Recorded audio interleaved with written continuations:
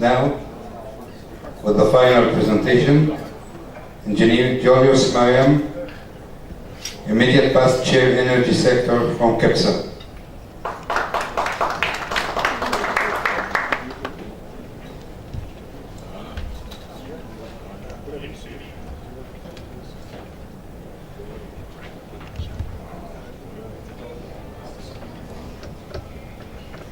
Thank you very much, MC, and I want to join my colleagues in thanking all those who have made it possible for us to come here today and be able to talk about what we have in Kenya. Me, I representing the Kenya Private Sector Alliance, which is the apex body of the private sector in Kenya. I believe very sincerely that when you come to Kenya to invest, this is the place you are going to land in, because this is the place that is going to assist you in ensuring that you know how the business is carried out in Kenya. I pray and I thank God for enabling us to come to this beautiful city of Cairo. The last time I was here, we were forming the Eastern African Power Pool together with your utility here. And I'm glad that this has gone a long way in improving, in sort of putting forward a structure that can make all of us in this particular part of the region share with the energy resources that are available in the region. I will go through the presentation today just to show you exactly what we in the private sector in Kenya are able to do. Now we'll start by introducing the Kenya Private Sector Alliance. KEPSA, as its name is called in short, is the apex body for the private sector in Kenya. And this was founded in 2003 as a limited liability membership organization. The reason why we did this is because we had a lot of BMOs, business management organizations, which were approaching the government at different levels. And each one of them was talking a different language. And the government was very confused in how to handle the private sector. And this caused a lot of confusion and a lot of policy which were conflicting to the interests of the private sector. Therefore, all the business community found necessary to have one body that can have a unified voice towards with discussions with the government. We offer therefore a unified voice for the Kenyan private sector towards easing the cost of doing business and improving the overall investment climate. Our really main mission is to ensure that we improve the cost of doing business in Kenya, and to ensure that there is a good environment where investment can be carried out. We all know, as it is in this country, that the government is to really facilitate the private sector to invest. The government normally doesn't get into investment. We bring together about 100,000 members through their business membership organizations, and others join as direct corporate members. Our strategy is to pursue an enabling business environment by ensuring year-on-year improvement on key global business rankings. You're aware that there are a lot of indexes that are being put forward in the various countries by various bodies, which actually attract investment to any particular country. The first one that we do is the Ease of Doing Business Index, which is done by the World Bank. And we now are number one. That is, in the year 2014, Kenya was number 136. And our aim as the private sector is to bring this to number 50 or below by the year 2024. There's a Global Competitiveness Index, again done by the World Economic Forum. In 2013, Kenya was number 96, and we want to bring one to number 50 or below by the year 2017. And then there is the Bravery Index, which is done by the Transparency International. We were 146 in 2013, and we want to come to 100 and below. The GDP growth rate, we want to get to 5%, 7% by 2018, and we want to move from 7% to 10% in 2024. And the Human Development Index, our aim is to bring it to 100 and below by 2024. These particular indexes are so important as people choose places where they're going to invest. At KEPSA, therefore, how do we do our advocacy programs? We do this through our public-private dialogue platforms. And we have got quite a few of those that we do in Kenya as a private sector. We meet annually with the president in what we call the presidential roundtable. What we do in this particular forum, the private sector meets the president and his cabinet. And we discuss matters pertaining to business in the country. And the president gives us a very good hearing, and he actually forces decisions to go through the cabinet secretaries to ensure that the private sector is facilitated to do business. We have ministerial stakeholders forum, which we hold every 2 months. Every sector board that we have, like the energy sector board that I was just the chair a few months ago, we meet the minister in charge of energy and petroleum, and we discuss with him every 2 months on matters that affect the private sector in doing business in the energy sector. And decisions are made, and where they are not made, where they are not satisfactory to the private sector, we go to the presidential round table and put them there forward for the president to have a look at it. We have a speakers round the table. We have 2 houses of parliament in Kenya, both Senate and National Assembly, and we meet the speakers. And again, the idea here is to talk to the speakers of the National Assembly to ensure that the legislation that they put through is in the interest of doing business in Kenya. We have an annual Council of Governors Summit. As you have heard from my colleagues, Kenya is made out of 47 counties. And we feel a lot of business is going to be taking place in the counties under their control. So we meet the governors together in a summit, and we discuss how they can make the doing business in their counties better. And this way we have gone a long way in them making sure that they work closely with the private sector. We have annual judicial roundtable. We meet the Chief Justice every year. And the idea here is to make sure that the laws that are made and are implemented, whatever cases are taken to the judiciary, they are handled with speed because business can wait for it for decisions to be made. We have regional ministerial stakeholders forum. Again, in the region, we have got at the KEPSA, we participate in the ministers from the region, where we discuss with them about doing business within the region. We have regular engagement with other government agencies, including the AG, the Attorney General for lawmaking, Kenya Revenue Authority, because taxes play a very big important role in doing business, the Energy Regulatory Commission in terms of tariffs for electricity and other petroleum products, the Office of the Auditor General, because we want to know how the government is using the money that they collect from the taxes, because this money comes from the private sector and the employees that they have. We have needs to the Kenya Power Rating Company, again, because electricity is so important in our industries, that we need KPOC to be able to have policies and to have maintenance programs that are going to satisfy the private sector. We also meet with the Department of Immigration because of work permits and the people who are coming to invest the various documents that they require so that they can be speeded up. We have engaged in forums with departmental committees of Parliament and Senate, National Assembly and Senate. And here is to make sure that the various departmental committees understand what the private sector requires, and as they do their registration as duties, they understand their impact on the business environment. How are we organized as an organization? Our members are organized into 16 sector boards that hold direct engagement with policymakers. These sectors are sectoral in nature.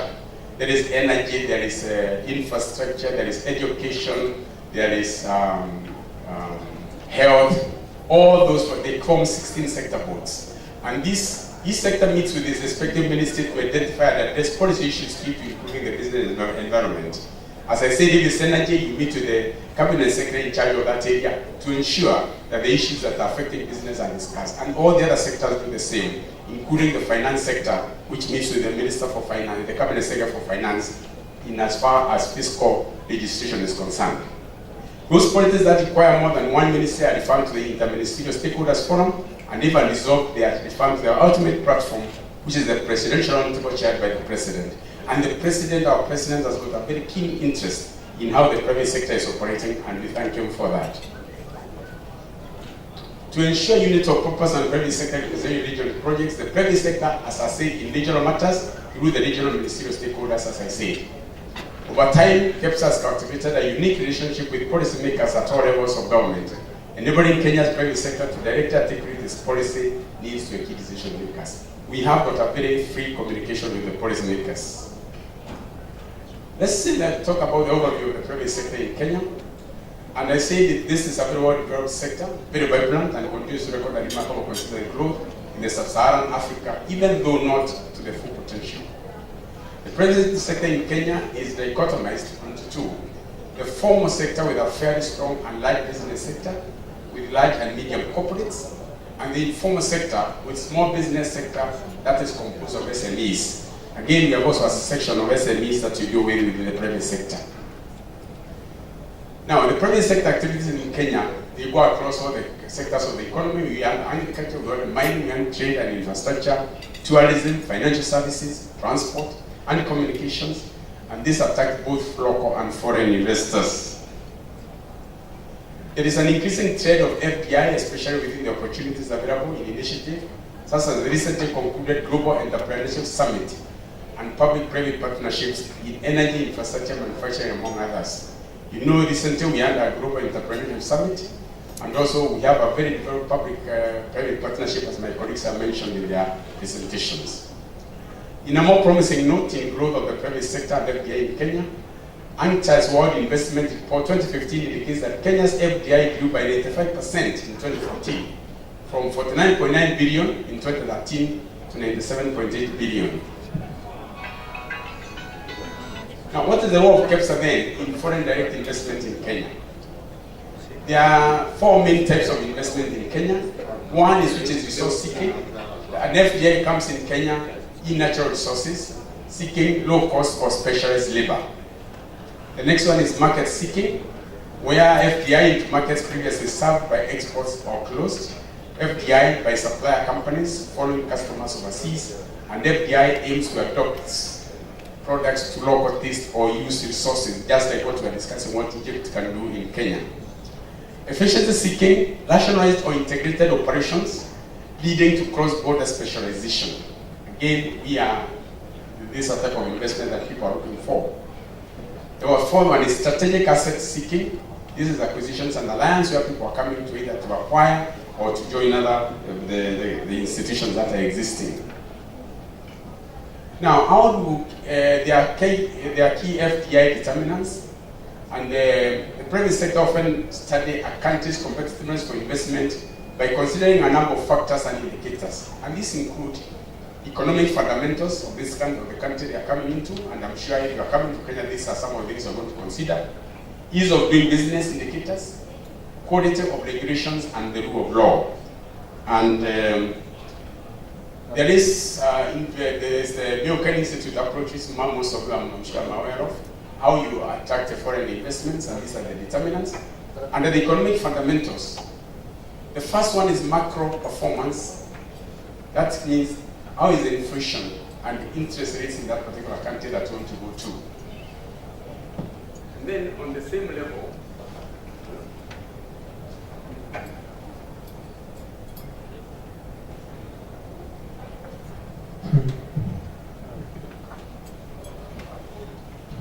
sorry for that. On the same level, on ease of doing business, we are looking at tax, regulations, and the burden. And on quality of regulations, we are looking at the extent to which the burden, the extent and burden of the regulations. And then on the rule of law, we are looking at the real infrastructure. How does it look like? On openness, on again economic fundamentals, we are looking at openness of the economy to trade and FDI. How able is the economy able to accept the FDI? And then on the ease of doing business, we are looking at cost of starting a business. How is it processed? And some countries it can be very expensive to start a business. But we look at that because it's very important. If you know it will take you, say, a year to establish a business, then there is no point coming there. So we are looking at how fast this can be done. And then on quality of regulations, we are looking at corruption. And then on the rule of law, we are looking at protection of property rights. How protected are your properties once you invest? Then we are looking at the education level, quality and sector of labor force. How educated are the people there? Are they trained people that can do what you want, you can employ to do your business? Then there's a cost of enforcing contracts in ease of doing business. How, if there is a contract, if say there is a problem with enforcing a contract, how is it processed? I think those are things we need to look through. Quality of regulations, you're looking at transparency, and you're looking at the rule of law, the protection of investor rights. How protected are you? On the economic fundamentals, again, you're looking at the physical infrastructure. On the ease of doing business, you're looking at cost of resolving insolvency, and quality of regulations is the extent of controls on the capital. And of course, very important on the rule of law is political stability and predictability. Can you be able to do that?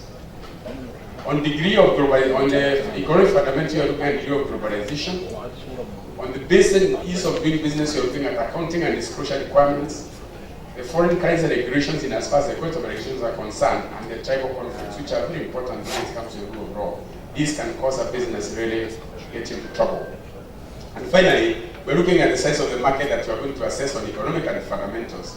And we're looking at the cost of terrorism and crime when it comes to use of doing the business. And then we're looking at subtlety on cost of regulations. Now, these areas, we have been working on them with the government to make sure that we address all those particular areas. And we are saying here the private sector in Kenya, led by the Kenya Private Sector Alliance, has been working together with the government, development partners, and other stakeholders to improve all these factors and conditions, and therefore make Kenya an attractive place to invest in, grow business, and create jobs as well. I forgot to mention that we also have a meeting as private sector with the development partners. We have a roundtable with the development partners where we discuss their contribution towards the investments in the country. The Milken Institute has been involved in measuring countries' competitiveness, as I've shown, since 2009, by pulling together a composite of different factors and indicators that are compared across over 120 countries globally. This is what it is, KEPSA, that is how we have done. On economic fundamentals, in the year 2014, we were at 5.64, and we started at 3.05 in 2020, which is a major improvement on our side. On ease of doing business, since we started working with the government, we have raised from 3.95 in 2009 to 7.31, again a major jump in that particular area. On quality of regulations, we have moved from 4.8 to 5. Not very much, but a slow but very careful improvement. And that's an area that we are addressing quite a lot, because that's the area where you saw corruption and other things really get affected. In the rule of law, we have raised from 4.2 to 4.6. Again, we have had a lot of reforms in that particular area as a country to ensure that we come to that level, and we are slowly improving in those areas. But as we see from the trend, which I've shown there, Kenya's score across the 4 groups of indicators has been improving, albeit at a slow rate, but recently registered tremendous improvements in 2014. This is likely the result of positive reforms that the country has been implementing since 2013, following close and stronger collaboration and partnership between the private sector and the government. So our engagement has been yielding fruits, and we are seeing a lot of positivity in that area. I mentioned about those particular scores that have been mentioned, talking about. Now, within the East African bloc, Kenya's GDP accounts for 40% of the total regional GDP. We are the biggest economy in the region, East African region. Kenya's access to East African community market has provided a big impetus to Kenya's economic growth, and investors locating in Kenya have the added advantage to expand their trade outside the domestic market into the regional market. And so it was said by Florence, the Kenya private sector is deeply rooted in the discussions leading to deeper economic integration in EAC and the wider block of about 600 million people market. She said when you come there, this is the market you are dealing with, about 600 million people, which is a very big population. And I think anybody wanting to invest, that is the right place to come. The policy making process and the rule of law. Policies provide a framework for doing business, and the private sector, through such platforms as those provided by KEPSA, engages the policy formulation process to ensure business-supportive policies are enacted. This is really what we do every day, to ensure that whatever the government enacts is going to be positive for business. The private sector in Kenya believes in the private-public dialogue to foster growth and investment, and this has informed the process of reforming investment climate in Kenya. This has been taken extremely positively by the government, and we are very happy about the environment that has been created. The private sector is also involved in the promotion of responsible business practices in such areas as labor relations, market environment, and anti-corruption, to make sure there is strict adherence to ethical business practices and rule of law to promote property protection, investor protection, political stability, and promoting peaceful coexistence. One thing I probably would have said is that when Kenya faced a serious crisis in 2007 after the election in 2008, the private sector played a very big role in bringing sure the parties that were in conflict came together and came to a good settlement, because we felt that the relations that was existing at the time was not good for business, and we went out of our way to ensure that we participated with others to bring understanding among the political rivals. Improving competition for sound investment. We have seen no business thrives well in an environment where there is healthy competition for the market actors.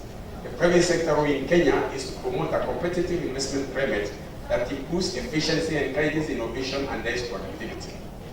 The private sector has been vocal in the removal of market protection policies and laws, and of any anti-competitive behaviors in the market, and thereby engendering a culture of competition in Kenya.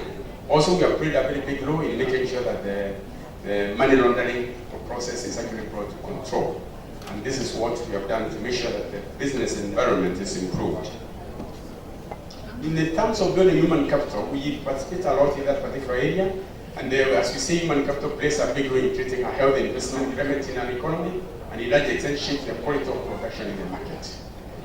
For us now in the private sector, we are committed to promoting and building the capacity of human capital in the country through education and training. A lot of our partners participate a lot in that area. We contribute through contribution to policies that support skills enhancement and investing in the same. The private sector has enabled the market to have a supply of skilled and educated manpower.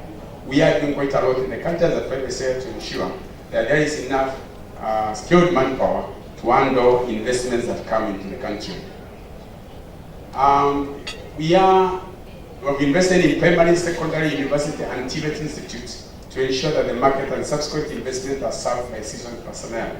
The private university in Kenya has grown a lot. We have got a lot of them in the country, and the quality that they offer is gauged by the graduates' performance on job. Students coming from the private universities in Kenya are in very high demand because of the quality of education that they are given.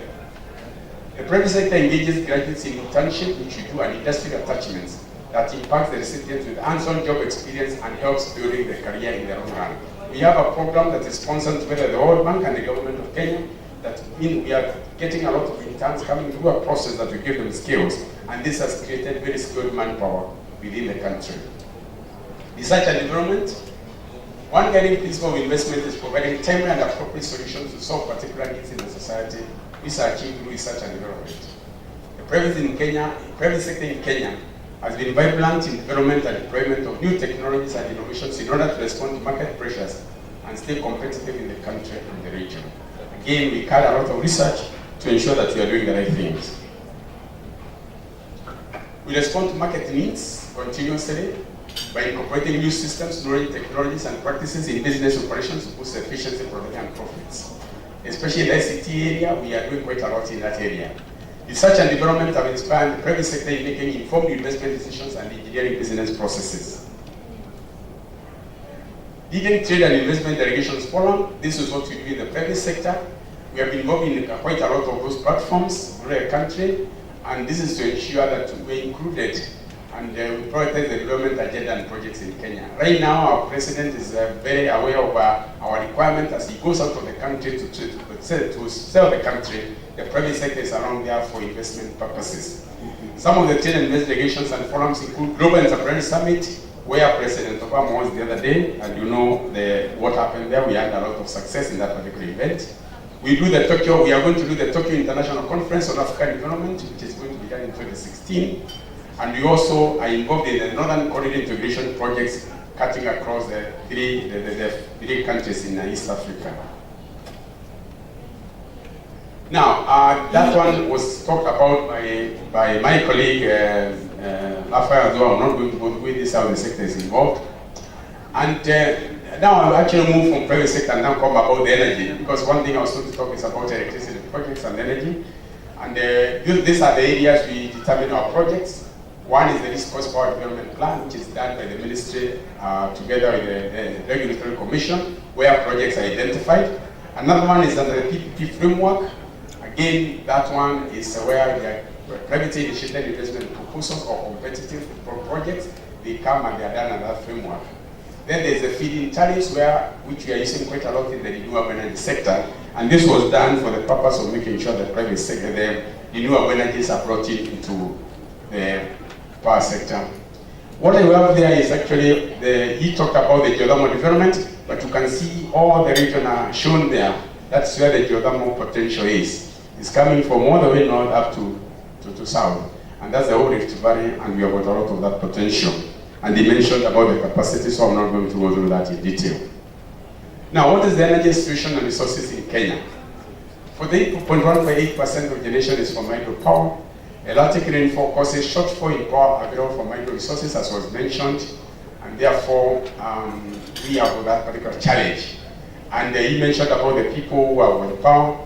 That figure will change from what we are looking at. We are looking at one in terms of the rural population.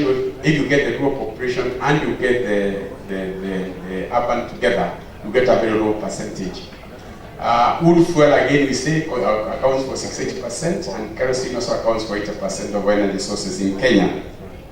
Now, there are 122 approved private renewable energy feed-in tariff projects by Energy Regulatory Commission in Kenya. Right now, there are 122 privately owned renewable energy feed-in tariffs projects that are being done in our country. And he talked about the projected demand, and what we are saying at the bottom there is that those are the figures that he already mentioned, so I'm not going to go through with those details because they were mentioned earlier. Now, the renewable subsector, which I think most of you have talked about, those who came to talk here, there's a total storage of power of that, and that was mentioned. And all that has been talked about, so I'm not going to go through it because the way this thing was done, I think it was meant to have that sort of double talk on it. On geothermal, that is the capacity, and on solar energy, he has mentioned exactly what was there. Now, the target by 2030 of renewable energy is about 19,200 megawatts. So there's a lot of opportunities there for independent private sector investments in power production to bring it to that particular level. And in 2014, our investment in renewables was 1.3 billion, compared to South Africa's 5 billion. 90% of the 1.3 billion went to 310 megawatts to Turkana wind project, and the rest went to the geothermal project, which has shown a very large increase. Now, renewable energy projects, the generation of projects and the feed-in tariffs, as we mentioned earlier. We have now, the government has done standard PPAs and connection guidelines have been prepared. So if you want to do a renewable energy in Kenya, there is already a document, a PPA, which is already ready there with the price, the tariff that you are going to be paid, and all the requirements that are required. And the connection guidelines have also been prepared and they are available. The GOK is facilitating investors with resource assessment. That means it talks about the geothermal development company, whose job in geothermal is to make sure that they have the resources explored and ready for the private sector to come in. The government has done a lot of weight data logging is ongoing, and they want to do about 100-meter masts in high potential areas for pre-investment data. When they collect this data as an investor, when you come to Kenya, you'll be given the data and you select the area that you want to go.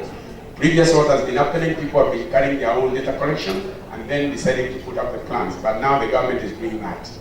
The government has also prepared a national atlas on small hydro, which is nearly ready. And when you come there, you can be given a whole atlas of where you would like to invest. And you choose a place to invest, and the government will give you the data. You don't need to go for it yourself. The feed-in tariff policy was introduced as an instrument to promote generation of electricity from renewable energy sources. And this policy was established in April 2008. It has been reviewed twice. And the reviews were to accommodate the new technologies as well as changes in cost of equipment and money.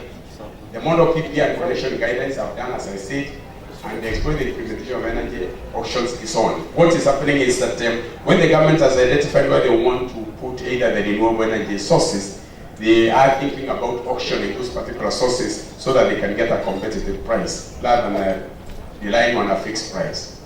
Now, so as you have seen, therefore, the solution that we require in our country requires a lot of input, and the private sector is going to play a very big role in ensuring that we have, we meet that the country has put together. And the areas that are there, the urbanization sector, we require to put supply to our new centers, which are now without power. We also wanted to, the remote urban centers, we want to have mini grids in those areas. We also want to use the small hydros that we mentioned with the very high potential. We're also doing hybrid thermal photovoltaic power plants where in those remote areas we can use both solar and thermal. And also distributing of solar kits in areas that are able to be connected to the grid in the short term. So these are projects that the government is encouraging investors to come over, and those who have capacity, and I know here you have, I think this is areas for you. In the commercial sector, we have all those various more enterprises, preservation of milk, welding in the urban areas, and that those are areas that we can see solar playing a very big role. In the agricultural sector, the processing and conservation of fruits, vegetables, or milk, in both rural and urban areas is a way of achieving economic development, and the use of renewable energy sources is a solution to the energy problem the sector is suffering from. Now, on health and education sector, there are a number of schools, hospitals, and health centers which have no electricity, and that will be required. In the tourism sector, we have got remote tourist centers where, again, renewable energy is very useful. Now, the government of Kenya support is there's a favorable policy and regulatory frameworks for energy provision in Kenya, especially in the renewable area. The government is committed to increasing access to modern energy and will use renewable energy solutions as much as possible. The development partners and the private sector are key partners in energy provision, and as such are encouraged and facilitated to participate in energy sector in Kenya. So those who are willing to come to Kenya to invest in energy, the government is willing to welcome you, and we, the private sector, will support you fully in ensuring that you get into the system. The other investment opportunities, of course, apart in energy area, but not electricity. There is a developing gas and coal project for electricity generation. We have found coal in Kenya and gas, and some of these projects will be coming up, and the government is depending on the private sector, investors will come in and do it. We want to maintain the existing hydro power plants and all our power plants. Again, those people in the maintenance area, this is an area for you. There's about procurement and marketing of petroleum products. Again, we are looking for places where we can have strategic reserves stored on petroleum products. Those who are willing to invest in these areas, that is also available. And then, I think that one I've already said. In conclusion, therefore, I'm saying that the private sector will continue engaging different stakeholders in coming up and addressing matters contributing to a healthy investment climate in the country in order to both increase competitiveness as well as attract more investment in Kenya's economy.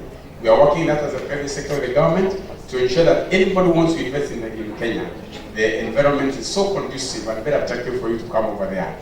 And this is going to be achieved by us through attention at policy and legislative reforms to ensure the right environment for business is created. Parliament is, we as we say, we engage them to ensure that this is done. And thank you very much for your attention, and we welcome you to Kenya. Thank you very much.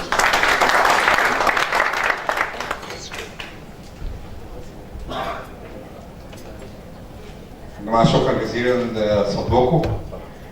لو في أي أسئلة تحبوا توجهوها للسادة الجايين من كينيا. حد عنده أي استفسار؟ أي أسئلة؟ أي أسئلة؟ مفيش أسئلة؟ طب هستأذنكم جميعا بس تشرفونا هنا ناخد صورة جماعية مع بعض.